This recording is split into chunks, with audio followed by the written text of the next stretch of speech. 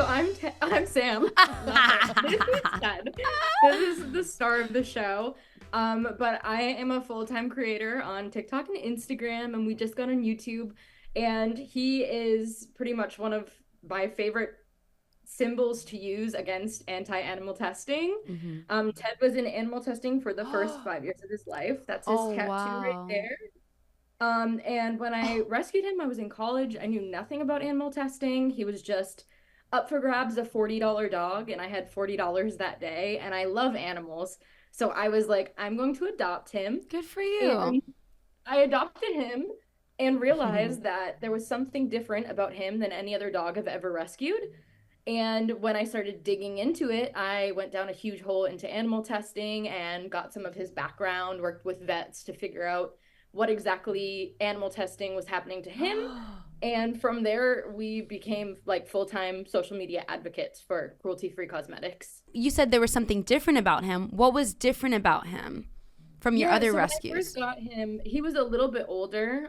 So I knew that he would have like slower tendencies, but his reaction times were slower. He seemed to be more aggressive towards males, or if you had like big chunky boots on, like he hated any boots that people would wear. Wow. He was shaking all the time. He had really bad anxiety. And I was like, okay, even like animals of abuse, like we've adopted abused animals before, like they don't act like that. So what's different about him?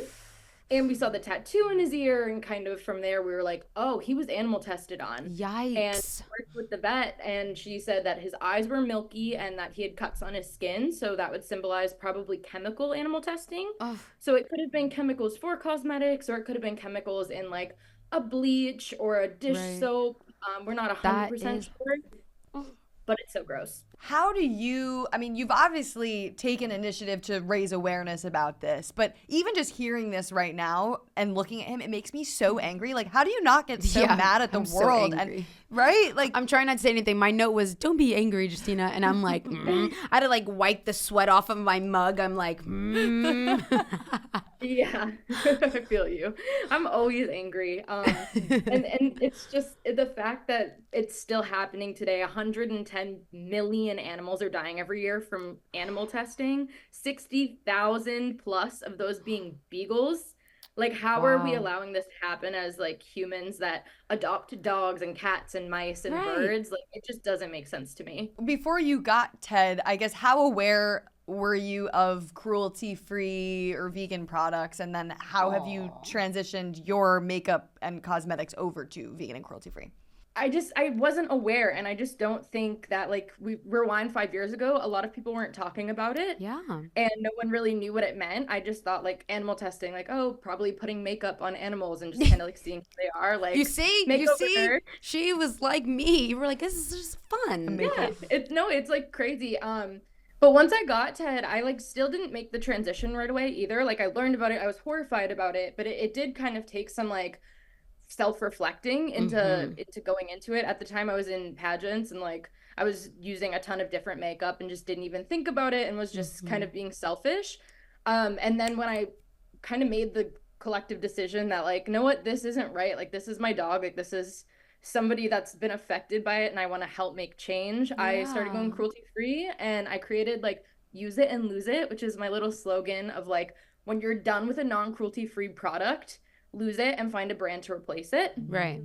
So it took about a year to go fully cruelty free. She's like, because I had a But shit ton of makeup and I was not throwing that yeah, away. I get that and you part. don't want to like waste money, you don't want to hurt the environment and stuff like that. So it is a slow process, Yeah. but it's worth it in the end, and it's like achievable. What was your audience's reaction to some of the things that you started posting? So when I first started posting, people went crazy. Like that was probably the most viral like takeoff I've ever had. And I was just laid off from a job, so I was like, I have no idea what I'm gonna be doing. And TikTok was kind of like out, and I was like, I'm just gonna like talk about something I'm passionate about. Right. And people went nuts when I would be like, oh, like Laneige animal test, guys. Like, do you know what animal testing is? And there's been other people to talk about it, but no one went as viral as some of my videos have on really exposing exactly what goes into animal testing for like big brands that are Wow. really just caring about profit over their people and the animals. So I just went full force. You were and like, I'm not oh, people are worried. listening to me now. Yeah. Well, as activists, we are always looking for various ways to speak up about certain issues. And so, my next question for you is, what have you found to be the most effective way to reach people with this message of shopping cruelty free? I kind of find the trending brands that are, people are looking for, Yeah. and those are the brands I'm going after, whether it's positive or negative.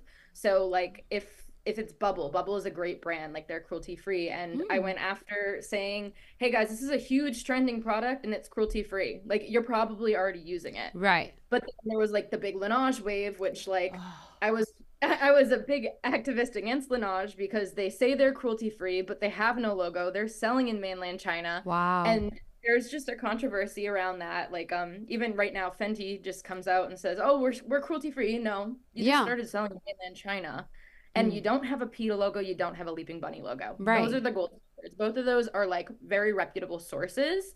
So it's just like, how are you claiming this? Right. And telling people that, like, a brand can't just be like, their marketing team that has no background in this can't just be like, yeah, we're cruelty free. That's Do you crazy. know what that is?